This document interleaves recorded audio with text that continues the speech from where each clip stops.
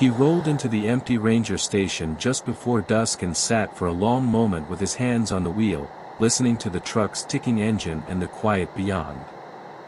The sign out front said Red Fir District, U.S. Forest Service, hand-painted letters repaired every few seasons. The place looked like a photograph from a manual, federal-style porch, a pine emblem over the door, except for the dust on the windows, the wind-torn notice stapled sideways to the board, and the way the forest leaned, ever so slightly, as if it were listening in.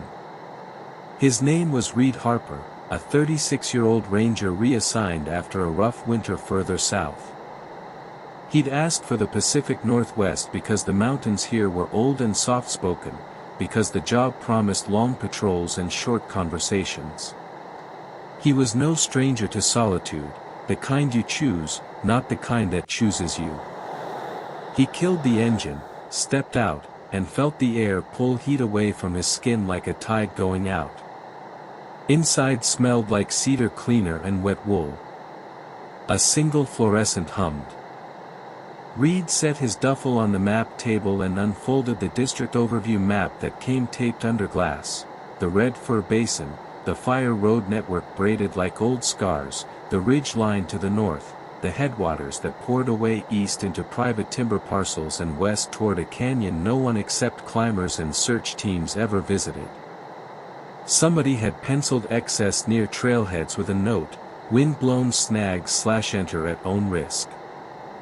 Someone else had drawn a thin circle around a high ridge west of town and labeled it simply, hold.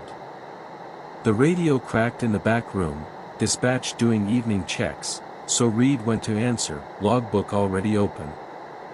Red Fir 1, in service, he said. He wrote the date, his initials, the barometer reading. The pencil felt balanced in his hand, familiar weight. Outside, wind picked up, flipping the stapled notice. It read missing, Noah Caldwell, 17, last seen near Raven Glen, with a washed-out school photo. The staples had rusted into the grain. Deputy Laura Pike came by as the sun fell behind the ridge, crunching gravel with the casual authority of a local who knew where every board creaked. She was mid-30s too, hair in a practical knot, eyes that seemed to inventory a room at a glance. "You must be Harper," she said, and shook his hand like they shared a boat on a fast river. "I'm Pike. The sheriff's office covers the town, but out here is your church. I come bearing gossip, coffee, and a warning." She dropped a thermos on the counter and the slightest smile on her lips. "What's the warning?" Reed asked. "Folks in town are spooked," she said. "Early snow up high. Elk migration's off. 2 small pets found dead along Sandbar Road, no blood, no prints. Fish and Wildlife blames cougars, like they always do." She shrugged. "I blame October." She said it like a local superstition, not a joke. He nodded toward the map, toward the penciled circle on the ridge. "Who drew that?" Laura glanced at it and the smile weakened. "Old hands. They make circles every few years. Line you shouldn't cross, line you shouldn't break. Depends who you ask. Is it a boundary? Private land? It's where the wind sounds wrong," she said lightly. "And where radios go funny. Don't worry, tourist season's over. Mostly you'll deal with windfall, lost birders, and teenagers trying to scare each other." She started for the door, then paused. "Reed, if you hear something like singing from the timberline, it's probably just wind in dead limbs. It likes to do that up here." She met his eyes. "It helps to tell yourself that. The mind listens when people say things like that." He logged his first patrol at dawn. Frost fattened each blade of grass into fishbone glass. The town of Red Fir, 1 bar, 1 gas pump, one diner with pies like postcards, lay quiet beyond the bridge. Reed drove past and climbed out of the valley where fog boiled between trunks like something alive. Skinny lights split the canopy. He parked at the Raven Glen gate and walked in on his own breath and boots squeak. Windfall lay everywhere, October's early tantrum. He saw hemlocks that had lifted clean out of the soil, their root plates black with stones and worms. Somewhere upslope, a raven clicked and croaked. He marked problem logs with pink ribbon for a saw crew that might or might not materialize before winter, took photos for the district drive, and found 3 places where narrow game paths crossed the human trail at odd angles as if traffic had changed lanes and no one adjusted the signs. At noon the radio hissed like pan frying. "Red Fur 1, come in," dispatch said. "Red Fur 1, go," Reed answered. Report from a hunter on Miller Creek, said he heard a kid shouting. "Lost maybe. Can you swing that way?" "Copy," he said, and turned toward the creek with a prickling back-of-neck awareness that was not quite fear, not quite excitement, and not entirely rational. The creek ran cold and quick. He found fresh boot prints in the silt at one crossing, heel worn to the outside, a teen's size, he guessed, with tread he'd seen at big box stores. He followed until the prints dissolved on rock, then wove back through sword ferns to where the hunter waited. The man was 40-ish, cap pushed back, jaw working on nothing. "Heard a kid," he said by way of hello, voice tight. "Calling, 'I'm here,' over and over. I called back and it stopped. Didn't want to go in farther without backup." "Good call," Reed said, not because it was, no one likes to be told they were right for being afraid, but because it set the tone he wanted. He led and the man followed, down into alder and old logs, up into drier Doug fir where snow sometimes lingered. 3 times they stopped and listened. Once Reed heard what might have been a voice, high and thin, as if stretched to fit between trees. "Hello?" Reed called. "This is the Ranger Service. Call back." Silence settled with the weight of a blanket. Then, a sound like a hand on bark, dragging. They found a scarf snagged on a Devil's Club thorn, cheap acrylic in Seattle Sounders green, and Reed bagged it and radioed it in. Beyond the thorn brush the ground turned to duff and roots so thick that prints became a memory of pressure, not evidence. The hunter fussed with his cap. "You ever hear," he began. Reed waited. "Like, the woods remember?" The man exhaled a shaky laugh. "Forget it. I didn't say that." Back at the station he hung the scarf on a peg by the missing poster. He wrote a neutral, factual report and left out the part where the sound had imitated a kid's voice almost perfectly. He didn't record that when it echoed back the 3rd time, it had done so from the wrong direction.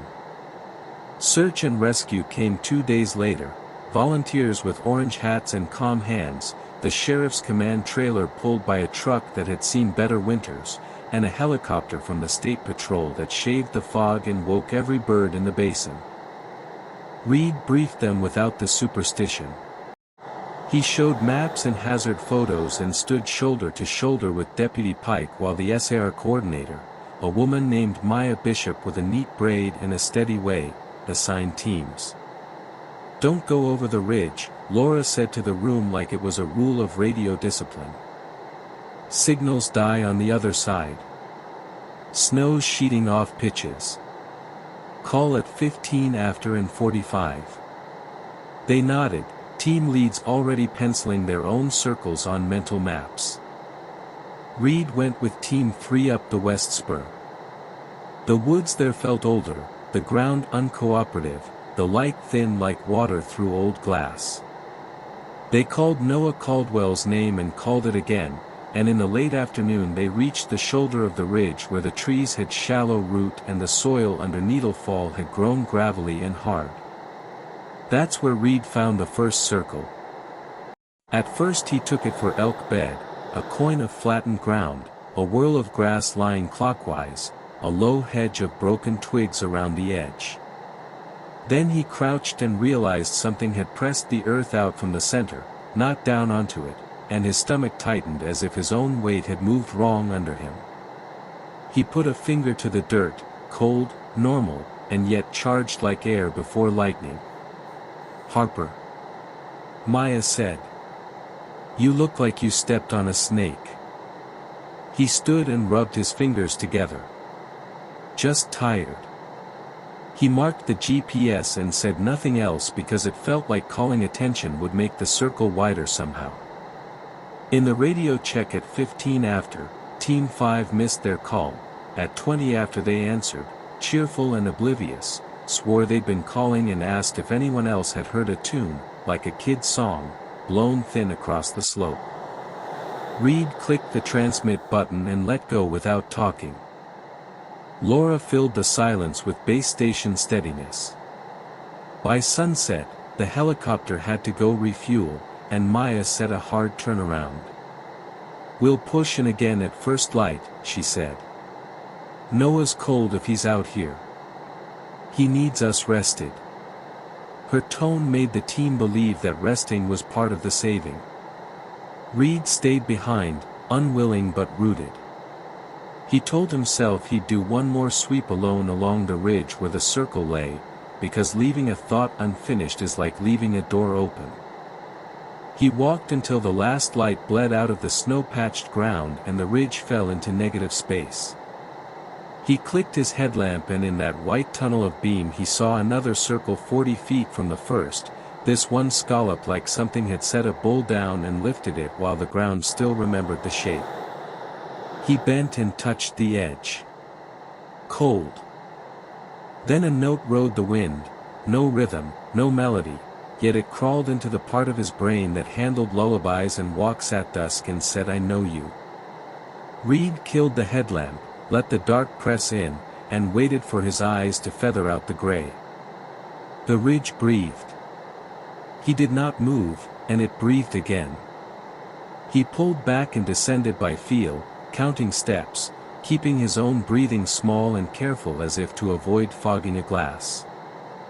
When the station door shut behind him later, the mundane thud might have been the solidest sound he'd ever heard. The next morning, Pike was waiting with 2 coffees and a forced calm. "Team 2 found something at first light," she said. "You're going to tell me it was just wind when you see it." It was not wind. On a spit of gravel under the ridge, something had bent 9 saplings into a wheel and braided their tops as if a giant had tried basket weaving and failed. In the center lay a child's sneaker, Noah's brand, Noah's size, scuffed at the toe the way it was in his school photo. No tracks approached or led away. The gravel held only the keyboard smear of small rodents and the sift tracks of rain. "Kids," the sheriff said, "because adults must sometimes say things they don't believe. Pranks." Maya crouched, wrote measurements, bagged the shoe with care that felt like a prayer. Reed stepped back, not because he was afraid of the ground but because it felt rude to stand too near something that was watching him try to solve it. A weather system stacked gray to the horizon by noon. They broke for town when the helicopter called off flights and the ridge began to drift under skittering snow. Laura and Reed took a corner table at the diner, half hidden behind a potted fern that had died and been painted green for economy. The waitress, Patty Quinn, poured coffee until the cups shone like black mirrors. "You folks staying up there tonight?" she asked, trying not to ask. "We'll rotate coverage," Laura said. "Keep the radios warm." Patty touched the rim of Reed's cup. "You mind some advice?" "I'm listening," he said. "Don't whistle by yourself after dark," she said. "And if you hear someone singing, don't," she paused, face working through a thought like a knot. Don't answer all the way. How do I answer partway? Reed asked. She considered this, then patted his shoulder as if to apologize. You'll know. That night, Reed slept on the station couch with the radio under his hand, station logs stacked on his chest like old quilts. The wind came down the river from the pass and rang the eaves in a way that felt almost deliberate. Twice he woke to voices through the speaker, SAR banter, someone quoting an old joke about search lunches, and once he woke because he heard a child whisper, "I'm here," from the kitchen doorway in a voice that had never been alive. He did not get up. He said into the dark, "I'm off duty," and the whisper didn't answer, and he found himself laughing, quietly and steadily, at his own absurd sentence until the laughter melted into sleep. The second day's search found 3 things and lost 1. They found a snapping turtle in a creek nobody had stalked in a century, a brittle paper map wedged under a root showing trails abandoned 2 administrations ago, and a camp ring of hot stones where someone had burned pine sap and wet cedar and something else sharp that made Reed's tongue tingle. They lost radio coverage on the west face for an hour that later turned into 3 in everyone's logs despite each team's watches being synced in the parking lot at dawn. Maya called it at sunset again because a tired team is a team the woods can trick. She and Laura lingered under the station porch when the others rolled away. You ever want to blow the whistle and call Air Guard from Spokane just to surround the ridge with lights? Maya asked softly. Once a week, Laura said. Then I remember what the sheriff would say. We have to live here. She bumped Reed's shoulder with hers, companionable. You don't have to stay tonight, she added. I can sit the radio. I'll sit, he said, before he knew he would. The station felt like a stubborn animal that had adopted him. He didn't want to betray it. He watched their tail lights disappear over the little rise and listened to the road purr itself back to stillness. Sometime after midnight, he walked to the door and found the missing poster torn free on one side. It fluttered against the wood. The staple glinted. He reached to press it flat and saw another paper tucked behind it, a handwritten note taped to the board with blue painter's tape. In careful block letters, do not instinctively answer. Inspect the breath first.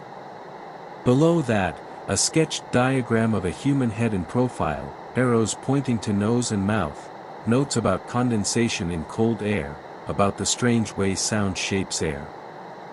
Reed stared at it and had the irrational urge to laugh again. Who leaves a note like this? He checked the security camera, the station had one that still worked, and rewound through the evening. No figure approached, no headlights came and went, and yet the note was there now when it had not been at 10 p.m. He put the note in a folder, labeled it with date and time, and in the quiet that followed he caught himself testing his breath in the air, white plume, fading, and imagined how a voice would fog the night if it had lungs or if it did not. On day 3 they found a body, but not Noah's. It was a man about 60 in an old wool coat, face turned toward the ridge like a believer and lips shaped around the beginning of a word. They found no wallet, no car, no prints, and no immediate cause. The coroner later said old heart and cold weather, simple as that, but Reed had been there when Maya closed the man's eyes, and he knew the man had seen something so precise at the end that his face had arranged itself for it like a child posing for a school picture. The sheriff's office asked around town. Old-timers remembered an old-timer, maybe named Leonard or Lyle, who had drifted back 2 or 3 autumns a decade to sit in the diner and sniff the air and say, "It's lighter now," or, "It's heavier," and then go away again. No relatives came forward. The diner paid for his cremation. That night, someone propped his urn on the station porch bench with a note taped under, "He liked the wind here." Reed set it inside beside the radio. The station breathed and held.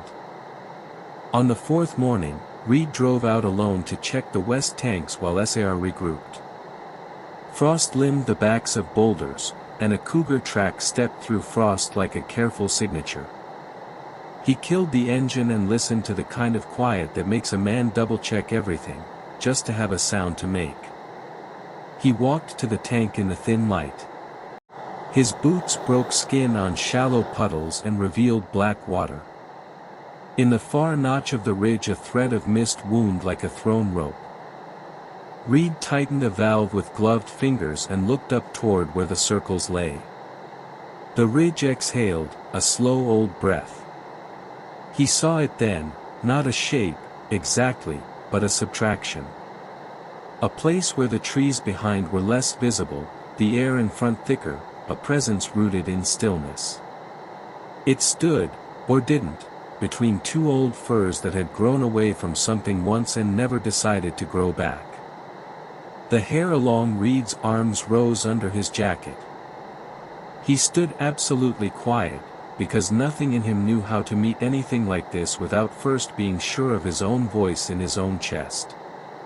"What do you want?" he said when quiet had stretched thin enough to break without noise. The absence did not answer. Wind sang in dead limbs 3 trees away and made a note like a bottle rim. Reed waited. His mind, traitorous organ, offered him flashes of memory that were not his, a kid in a bright green scarf running, a woman laughing and turning under alder leaves when they still smelled like July, a man sleeping in the diner's corner booth with his hat tipped over his eyes while the coffee steamed and cooled and steamed again as if it lived. In the presence of the absence, his mind tried to fill the bowl the same way water tries to fill a hole. He backed away by permission he did not ask for, got in a truck, and did a thing he had not done since moving north. He called his sister.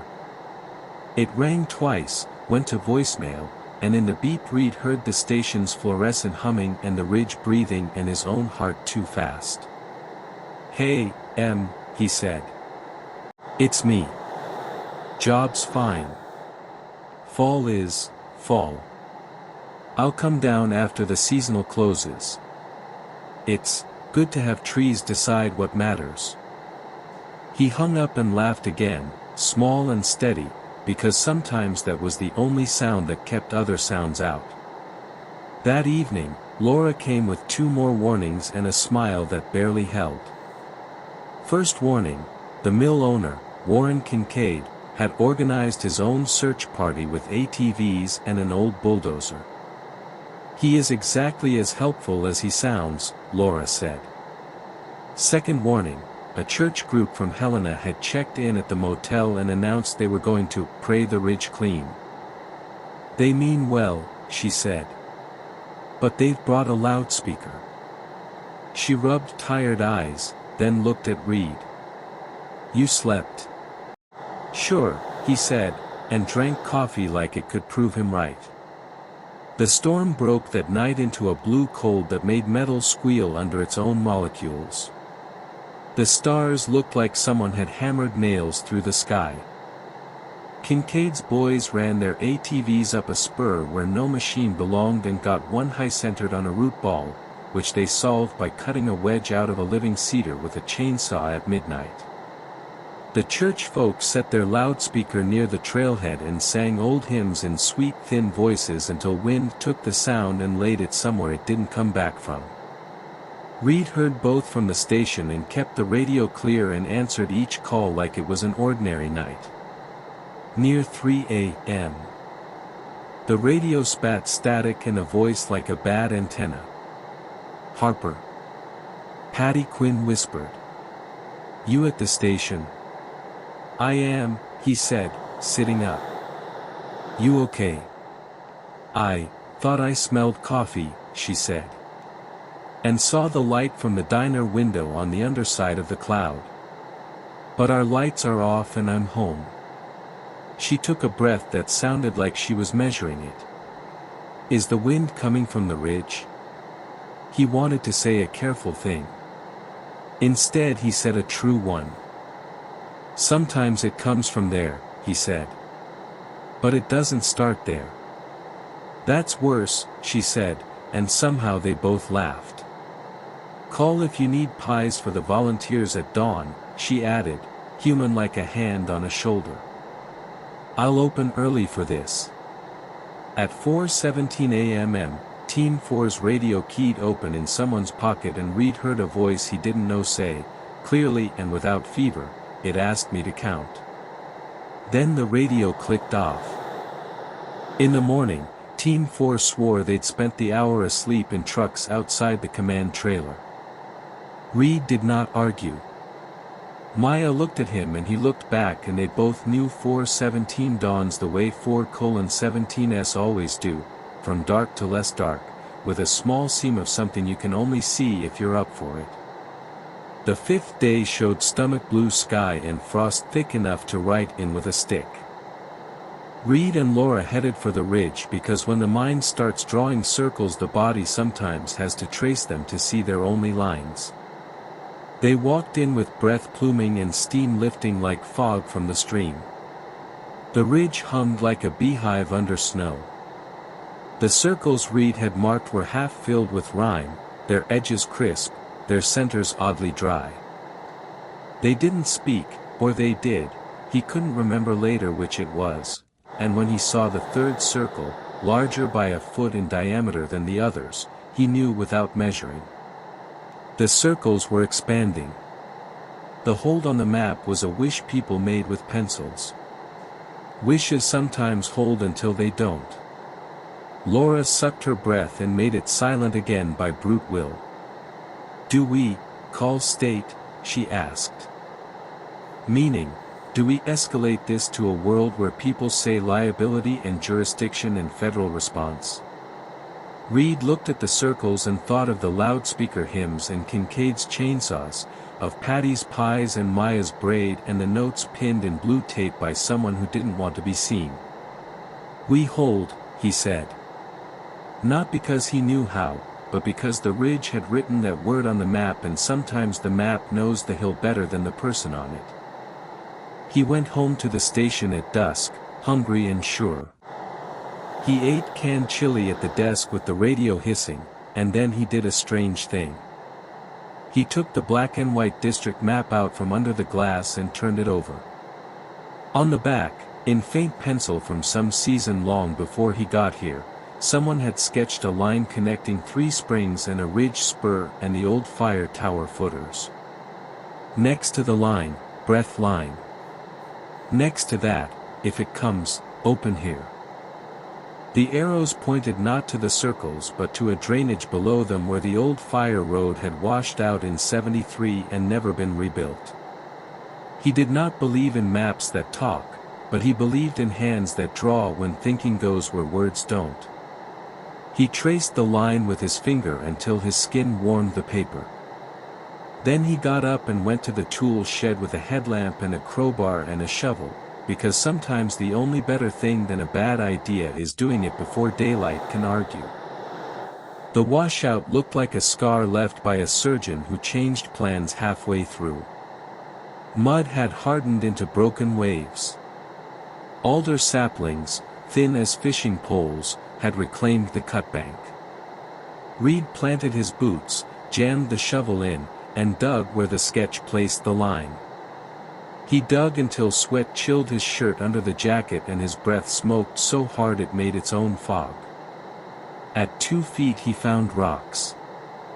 At 3 he found wood, not a root, not right, and at 4 he found a plank dry as bone under wet earth. The plank had been laid crosswise in a trench long filled and forgotten.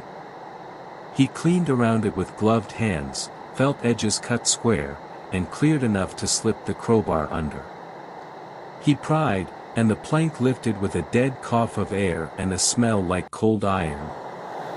Beneath lay a crawl the width of a man and as long as he dared to imagine, lined with old boards and faintly glowing with something that was not light, not heat, but attention. The ridge breathed harder. He swung the headlamp and saw, set into the side of the crawl, a lattice of old cedar slats bound with rusty wire. Behind them, not stone but packed duff, and not duff but something that flexed slightly when his light and thought pressed it. The lattice had been broken in one place and mended twice by two different hands. The wire bindings showed 2 twists in one spot, 3 in another, and the oldest would smelled like the drawer of a house no one opened anymore. He thought of the note, "If it comes, open here." He thought of circles widening. He thought, then, of what it means to open something you cannot close.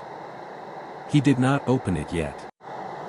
He backed out, replaced the plank, laid mud back over like a lie told for love, and went up to the station where he made tea with the last of the good water and sat with the steam on his face and the radio on his knee. In that quiet, with the ridge pressing and the station breathing, he felt for the first time since he'd arrived that there was a shape to what was happening, a curve he might ride if he didn't try to break it. He slept an hour, dreamless, his body storing something it would need. At dawn he went to the diner and found Maya and Laura hunched over the corner booth with a topo map. Patty poured him coffee and a look that said she knew he wasn't here for eggs. He told them about the plank, about the crawl, about the lattice that flexed. He didn't say glowing because he didn't know if it had. He didn't say the word attention. Laura nodded once like he'd confirmed a guess she'd wanted to be wrong. Maya closed her eyes and opened them again with her mouth set. "We'll need lines and anchors if we go under there," she said. "And a reason." "The reason," Reed said, touching the map where the circles lay. "If those widen past the spur, we don't need to find a boy, we need to keep from losing a town." He considered his cup. "I'm not saying we mess with things we don't understand. I'm saying someone drew us a door. We should at least check the hinges." They argued for the good of it, about history, and hubris, and how much the woods tolerated from people before it counted them as part of the weather. In the end, they went because doing nothing would also have a cost, and because none of them wanted to watch Kincaid's bulldozer make the decision for them with diesel and pride.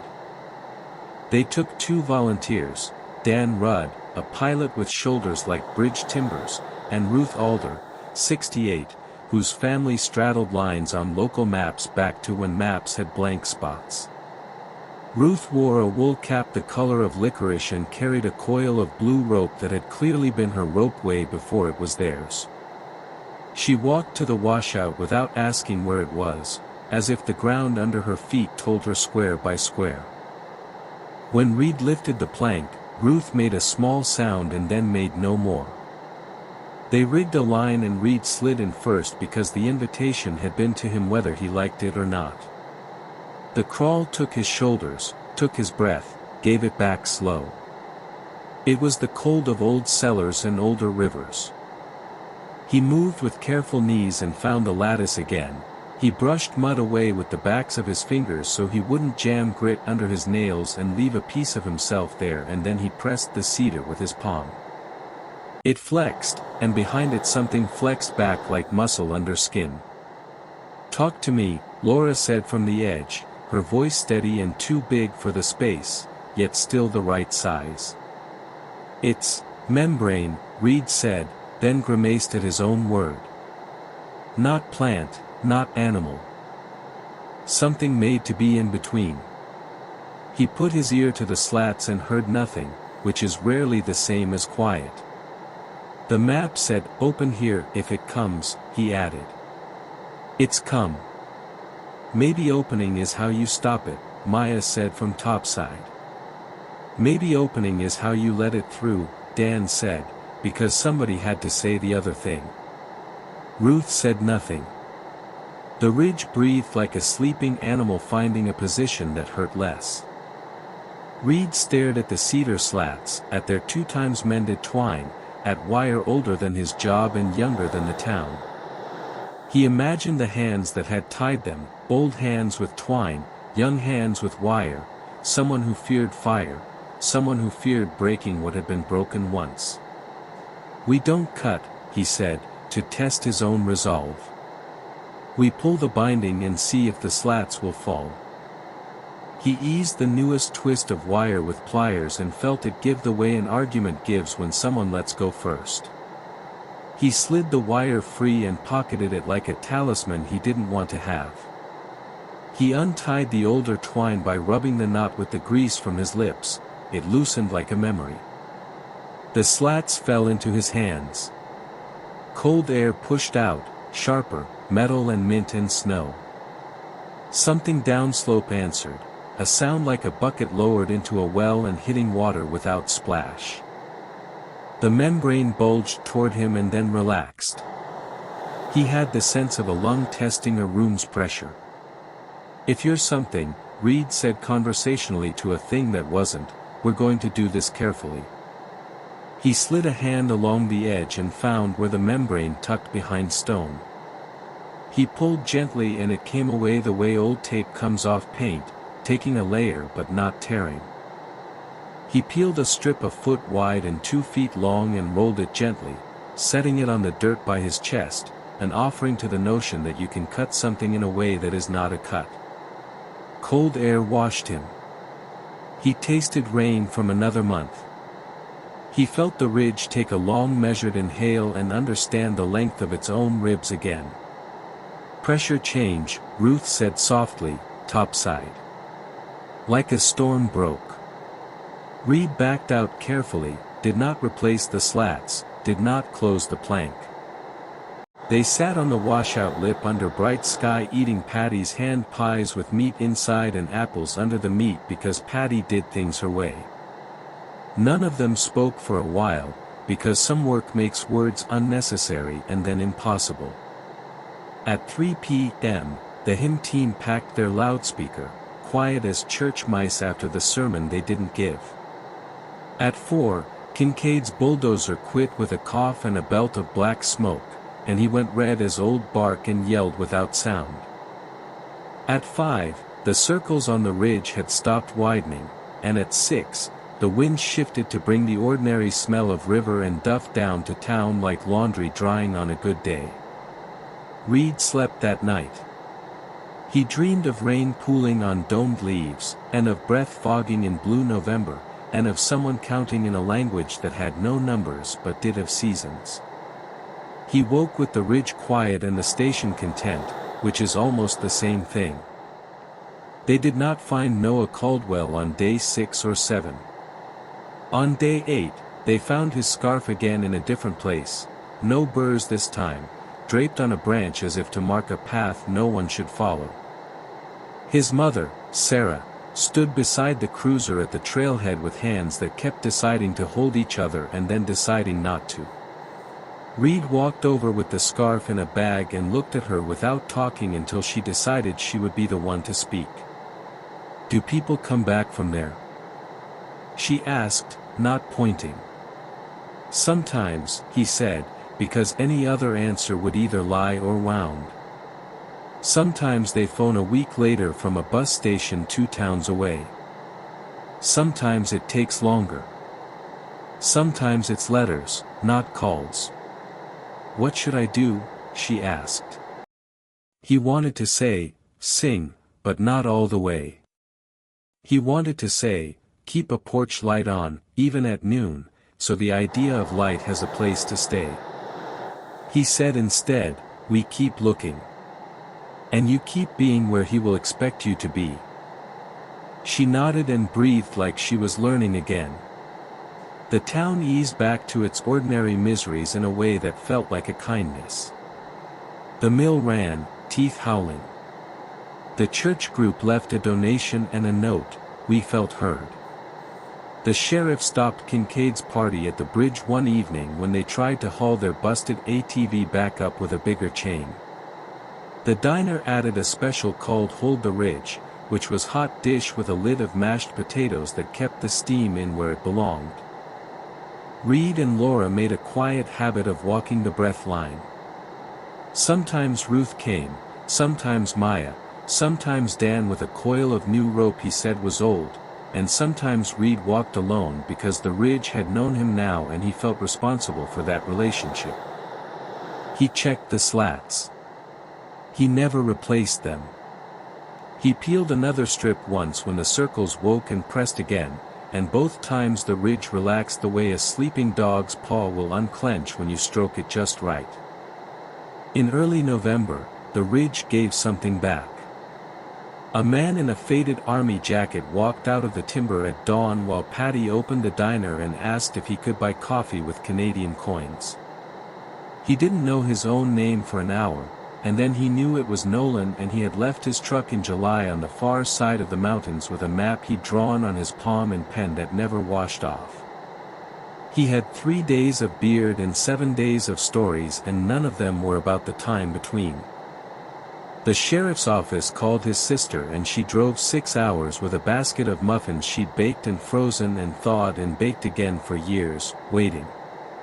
On a Wednesday, Reed brought the black urn out to the porch and set it on the bench with its note facing the road. He said to the ridge, "You can have the rest of him," and in the afternoon a wind came that smelled like wet wood and a small boy's hair after a snowball fight, and when Reed checked the urn at dusk it was empty except for a folded paper. In looping hand, "Thank you for the view." He taped the note inside the radio cabinet because stories also need places to live. He called his sister again the week before Thanksgiving to tell her he might not make it down for a holiday that had always been their own, not turkey, but a hike and bad pie, and she said, "You're exactly where you should be." Then, "You okay, Reed?" He told her he was breathing. He didn't tell her he'd learned to listen to breath like other men listen to thunder. He didn't tell her that once in a while he still heard a kid's voice say, "I'm here," from the kitchen doorway, and he answered partway by thinking the thought and not saying the word, because that was how you did not teach the house to expect the wrong things. Snow came in sheets that December and sloughed off the ridge in sighs that rattled windows and reset the world. The slats held. The membrane rippled once in a wind that had eels in it and then lay smooth.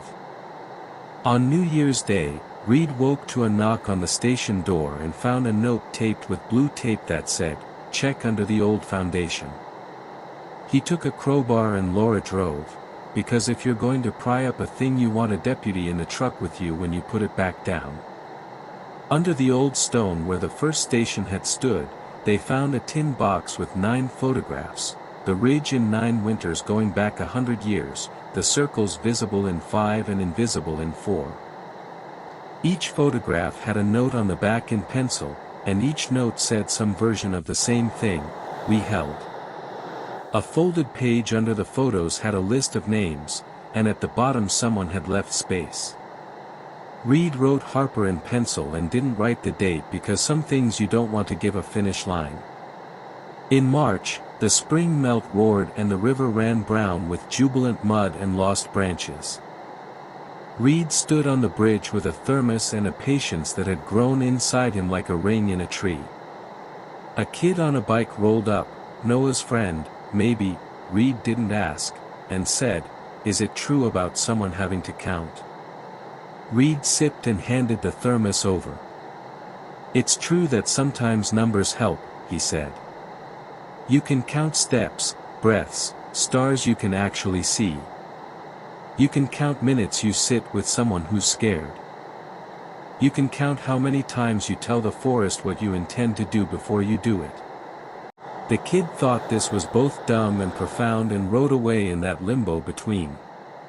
By late spring, search season had become trail season and people smiled again without watching what their faces did after. Reed still walked the line with a small pry bar in his pocket and twine in case he needed to tie back what he had let loose. He still checked the station windows at dusk to see what his breath did when he exhaled. He still answered partway some nights and not at all others. He still kept the urn note and the hand-drawn map where he could touch them and remind himself that stories are maps if you let them be. In July, a thunderstorm ran up the canyon with its big shoulders and shouted like a drunk who loved everyone.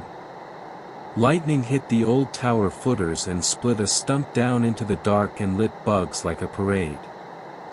The forest drank inches of rain and stood straighter in the morning. Reed checked the slats. One had cracked in dry weather and he replaced it with a cedar strip he'd whittled to fit and bound with blue twine that would not rot as fast as it should, and he apologized to the old fixers under his breath for improving on them and also for not. In September, a woman in a blue jacket came to the station and said, "You're the ranger." "Sometimes," he said. She sat, folded herself like a map, and said, "I think I heard my son on the ridge in June." Reed poured coffee and made space on the desk and listened and did not say, "Don't whistle," because she would think he was mocking her. He said, "If you hear him again, sit down first," and she nodded like he had handed her a tool. On a cold Tuesday evening in October 1 year later, the station door swung slow and Reed knew before the boy spoke. He stood, heart doing something careful, and he walked to the door and opened it, and there was Noah Caldwell with a haircut too short and a look like he had worn too much sky on his face. He held his hands out as if the room might move and he didn't want to startle it. "I came back," he said in a voice like a first step after a broken bone. Reed did not say anything because some words teach a room to do the wrong thing.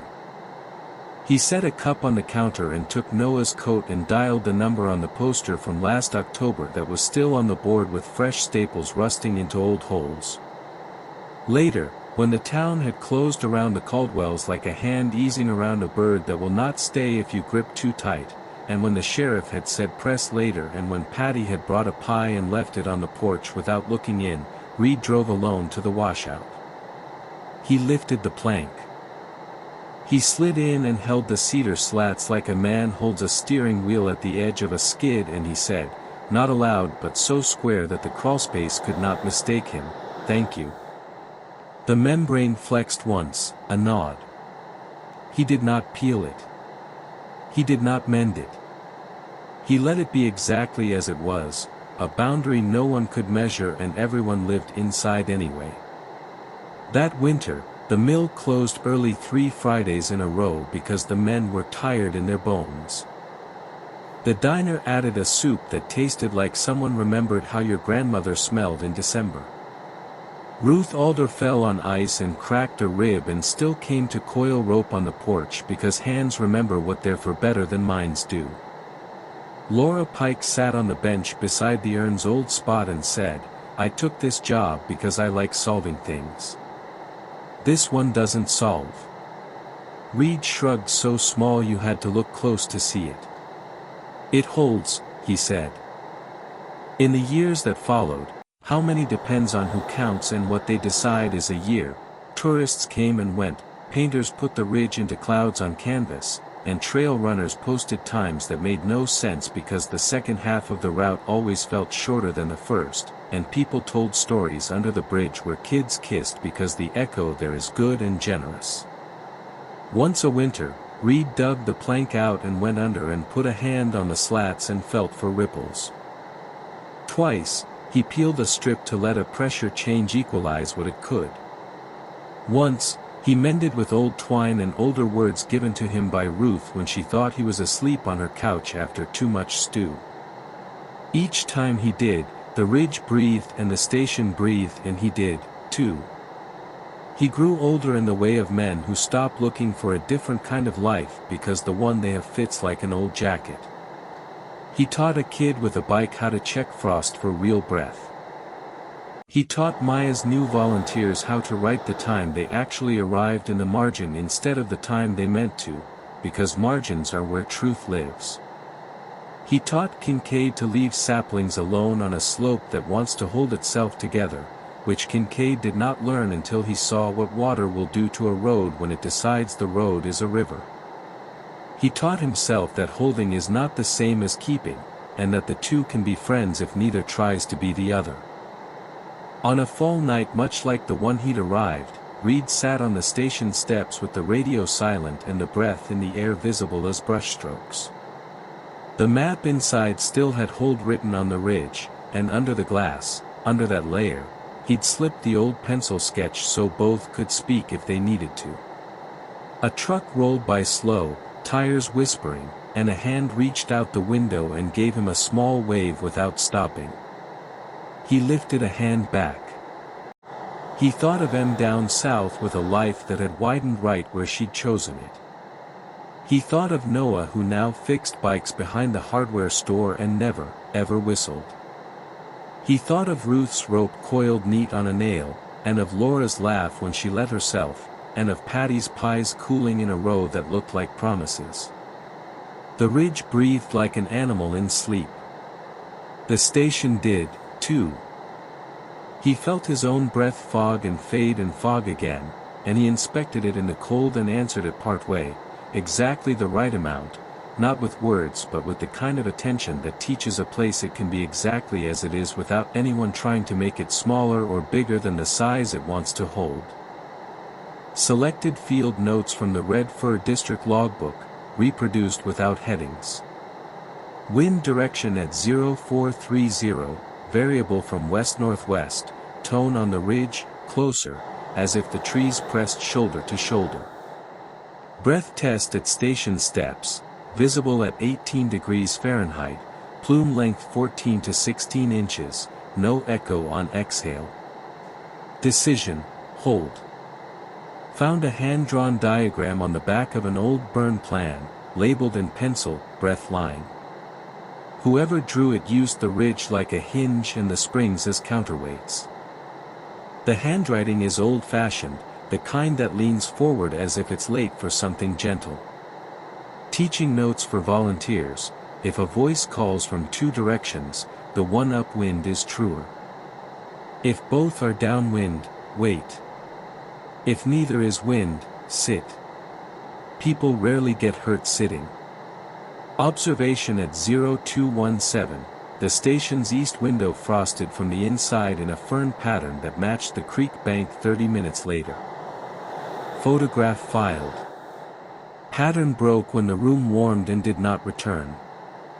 Assumption: the room was practicing being a bank. On the third peel of the year, pressure equalized fast enough to make my teeth ache. Afterward, birds returned to the snag line in pairs, small and angry. A child's laugh came from the spillway stairs. I did not answer. The laugh did not insist. Kincaid brought a six-pack and left with a book, Snow Hydrology, 1960. He underlined 3 passages about load distribution and then never returned the book. This is progress. Note to whoever comes after: if you must peel, sing something with no words, hum under your breath. It helps your hands pace themselves. The kid with the bike counts everything now. Minutes between log trucks. Steps between culverts. Times his dad calls when he says he'll be 5 minutes late. He says numbers keep the edges square. He is not wrong. Ruth says, do not mistake a boundary for a threat. Dan says, do not mistake a threat for a boundary. Patty says, pie crust is a boundary that holds the good stuff in. I write these on the inside cover where only the person holding the book will see. First snow came from the north without asking permission. The ridge took it like a blanket and exhaled once, a heavy contentment. The circles stayed asleep. I stayed until my breath looked like the steam from a horse in January and my eyelashes clicked. Hold. Excerpted radio traffic, timestamped. 22:31, Team 5, we're clear of the spur. Stars are, pause, more than we brought with us. 22:32, base, copy more stars than issued. Return by 2300. 2306, Team 2, hearing, the tune. Might be someone's ringtone. 2307, base, Pike, acknowledge. Power phones off for the next 10. Let the wind do the singing. 0314, unknown, open mic, it asked me to count. 0315, bass, repeat, Team 4. You keyed your mic. 0315, Team 4, we're at the trailer. We're asleep. 0316, Bass, quiet, off air, of course you are. Loose page tucked in the map case, written in different hands across decades. 1937, opened the slats one, just one strip, storm broke and the creek rose but the ridge lay back down. W.T., 1959, tried leaving them shut. Bad choice. The wind made the house forget its corners. E.M., 1973, timber sail above the spur failed. Not because of us. Because it wasn't time. H.A., 1991, someone drew hold on the new map. It helped the new guy say it out loud when he needed to.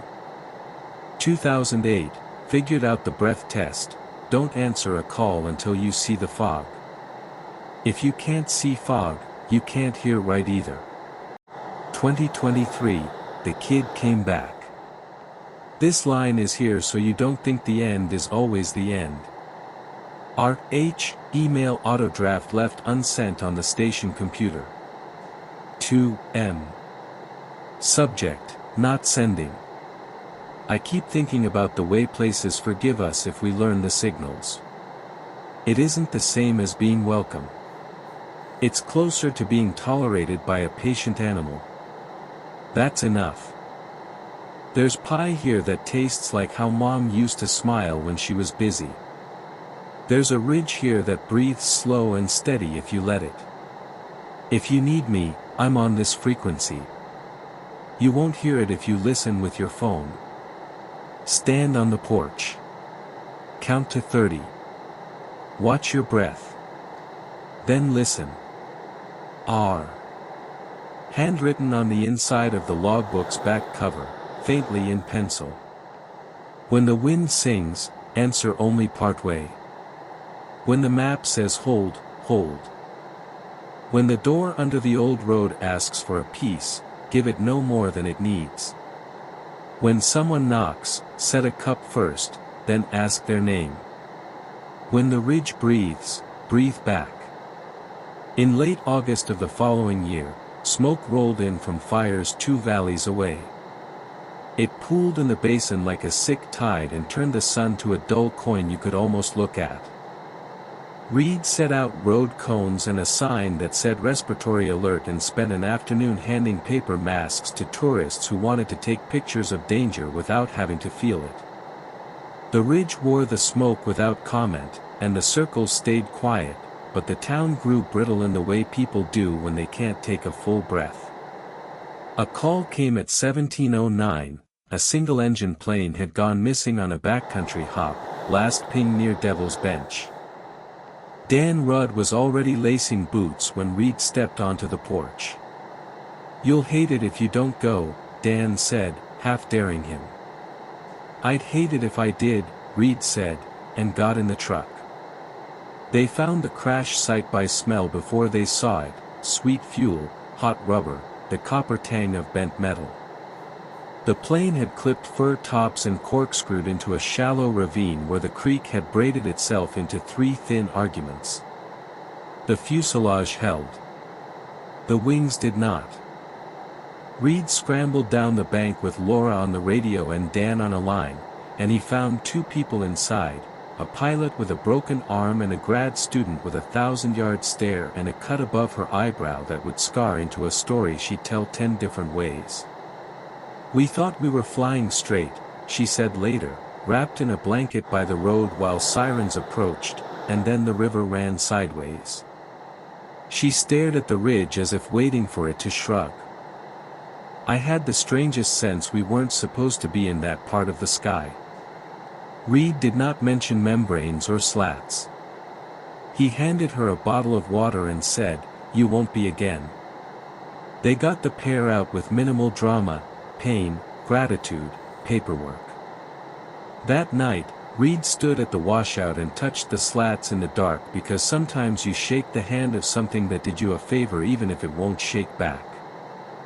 He said thank you and felt the faintest reply, a pressure lessening like a tight ring slid off a swollen finger. That autumn, a biologist from the university, Dr. Kira Santos, came to study the elk routes with a GPS and boots that had seen more city than hill. She asked good questions and listened to better answers. She walked too far alone one afternoon and didn't check in by dusk. Reed and Maya went looking on a spur that smelled like iron where it should have smelled like sage. They found Kira at midnight sitting on a stump with her hands on her knees as if she were a student again watching a professor she admired. She had no memory of the last 3 hours and a notebook full of sketches of circles she insisted she did not draw. "Do you want to keep working here?" Reed asked, once she'd warmed and the parking lot lights made the world small and friendly again. "Yes," she said. "But I won't walk alone anymore." She kept her word. She also started bringing the station a stack of peer-reviewed papers about gradient winds and illusionary terrain. Reed skimmed them and filed them under science in the map case because stories are better when they have different kinds of true. There were deaths, because years are cruel sometimes whether or not ridges breathe. Pastor Enoch from the church group returned in a March thaw to hike with 2 parishioners. A storm rose like it had been waiting specifically for them. They were found at dawn, curled under a fir in a posture of communal prayer, cold but unbroken. Enoch did not wake up. The coroner said uncomplicated hypothermia. Reed wrote in the log, "We lost a man who understood how to say please." He filed the words under "this job hurts" and he did not let them make him smaller. Warren Kincaid's nephew, Jesse, broke through a cornice on a sled in a place Reed had told Kincaid to keep the kids off. They hauled him out with careful rope work and fast hands. Jesse lived. He'd even pitch in with trail days for the next 2 summers, but the old man's face that night at the station door carried a new shape. "You were right," Warren said, which is a sentence that can be a door if you don't slam it afterward. Reed handed him coffee without cream and said, "We all want the ridge to be a field. It isn't." Warren nodded like a man who had learned a map's contour lines were not decoration. A town hall was held in May when the circles slept and people's courage swelled with good weather. There was a folding table with a plastic tablecloth that tried to slide off whenever someone leaned on it, and there was a whiteboard with nothing written on it because no one wanted to be the first to write a word like curse or prayer in dry erase marker. Folks spoke in code, as towns do. One said, tourism messaging. Another said, public safety signage. Patty asked if anyone would object to renaming the Hold the Ridge Pie to the Boundary because tourists liked words they could take pictures of. No one objected. Ruth said, teach your kids to love the line, and the room got quiet in a way that meant the words had landed where they should. A transcript of that meeting made its way into the station files, annotated in 3 inks by someone who liked margins. Here are 3 lines, out of order, because that's how the transcript reads, too. If we tell the story wrong, people will want a show. If we don't tell it, they'll make one up. Tell the true thing with a little grace on top. That's the show. Midsummer brought a new deputy, Miguel Reyes, who'd cut his teeth in a county where sand replaces snow and who found the forest both thrilling and a little condescending. He was smart and careful and smiled with his whole face. He learned which culverts lied about their depth and which trails doubled back without telling their feet. In his 2nd month he saw a pair of will-o'-the-wisp lights drifting just off the trail at dusk and did the right thing without thinking. He took a knee, breathed once, and let them pass without following. Someone taught you well, Laura told him. Someone taught me to sit when I'm out of my league, he replied. Sitting is the hardest thing. He died the winter after, on a 1-in-10-year ice event that turned the gorge road into a glass promise nobody should have trusted. His cruiser slid easy as a bead on wire and kissed a cottonwood with a sound like a box closing. He went still without drama, and the town lined the bridge with candles that didn't want to stay lit and kept lighting them anyway, which is how love decides to appear sometimes. Reed wrote Miguel's name in the tin box under the old foundation with a note. He sat when he needed to. That is the gold standard. Noah, for his part, became a person again in increments. He worked days at the hardware store where the aisles were old and narrow like favorite books. He fixed bikes behind the store on a bench under an awning that shed pine needles like confetti. He dated a girl who called him on the hour the first week to make sure he hadn't wandered into a circle he couldn't see, and then she called him on the day, and then she called him when she felt like it. He wore the Sounders scarf on Wednesdays because he thought it was funny to be superstitious in the way that wouldn't hurt anyone. Once, late, he rode to the station, leaned on the porch railing, and said, "In there, I never felt hungry." Reed said, "Out here's where hunger means you're alive." Noah nodded like that was permission to want a second slice of pie. The ridge did what it always did, it breathed, it asked for a piece when pressure rose, it shaped weather like an old hand shapes bread. 3 times more over the next 5 years Reed peeled a strip, smaller each time. Once the membrane had thickened and his fingers tingled like they'd fallen asleep. Once it tore a little farther than he meant and he said sorry out loud and meant it and mended it with twine and patience and a psalm without words. Once it did not want anything at all and he closed the plank after a minute because sometimes boundaries hold better if you don't fuss.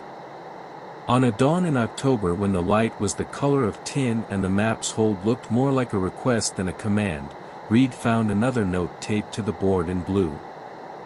It said, "When you are tired, ask the kid with the bike to walk the line for you." He laughed when he read it because the handwriting was his own, older. He stood a while thinking about how notes find their way to themselves. He called the hardware store and asked for Noah, and when the kid answered Reed said, "Want to go for a walk?"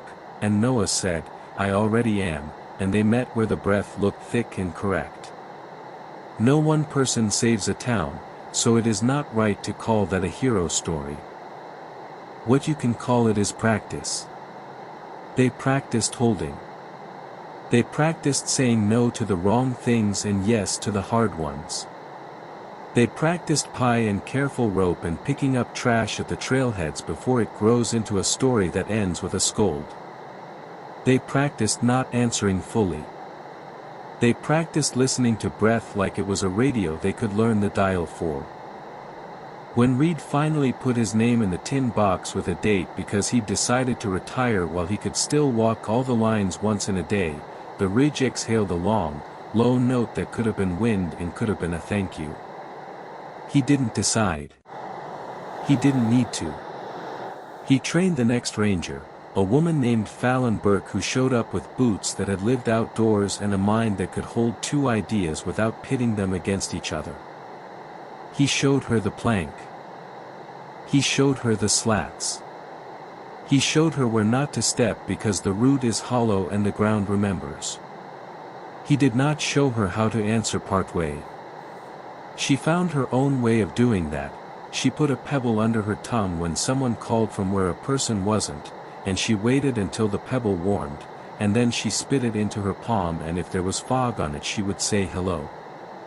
A last thing happened before Reed left for good. Em came up with her wife and 2 small tornadoes they called kids. They ate Patty's pie and put their fingers in the river and asked to see the place where the wind sings. Reed took them only to the trailhead and stood with them under the sign where the map blares "Don't be dumb" in Forest Service font. The kids counted the letters with their fingers. Em squeezed his hand the way she had when they were small and Dad had yelled and Mom had gone silent. "You look like a man who knows what to do," she said. "I know where to stand and when to sit," he said. "It's enough." That evening, after they drove away with more pie than anybody needs, Reed walked to the washout alone and lifted the plank one more time. He touched the slats. They were cool and sound. He did not peel.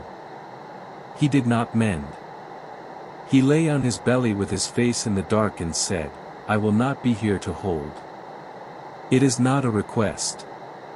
It is a fact. He waited. The membrane flexed once, and then he felt, absurdly, the equivalent of a nudge, like a dog saying "Go on now, I've got it for a while."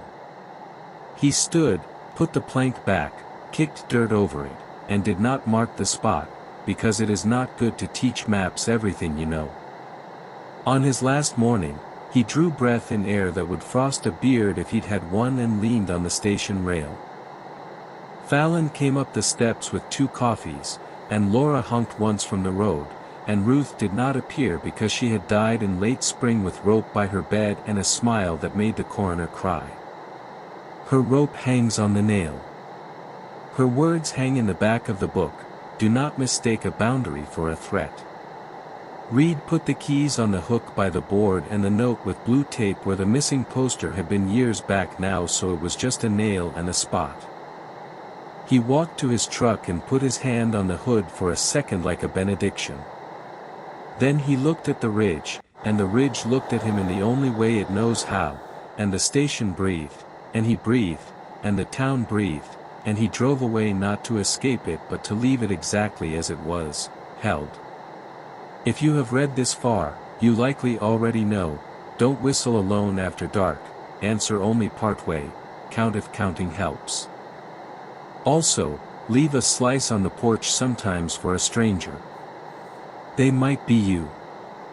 R.H. Date, first hard frost after the first good rain. Station pressure, enough to make doors swell and men apologize.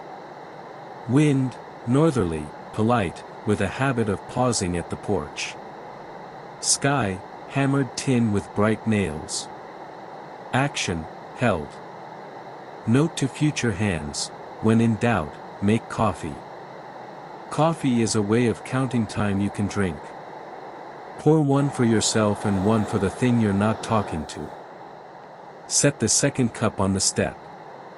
If it steams the way a person's breath steams, you can say hello. If it doesn't, let the steam be yours. If nobody comes, drink both. You've done your job. F.B. on her 3rd October. Hold. Thumbs up if you believe raptors and wild rivers deserve protection, like, subscribe, and share. Bell turn on notifications so you don't miss the next story in this series. Disclaimer, this is a fictional narrative. No animals were harmed. We support legal, ethical hunting and conservation. Poaching is a crime.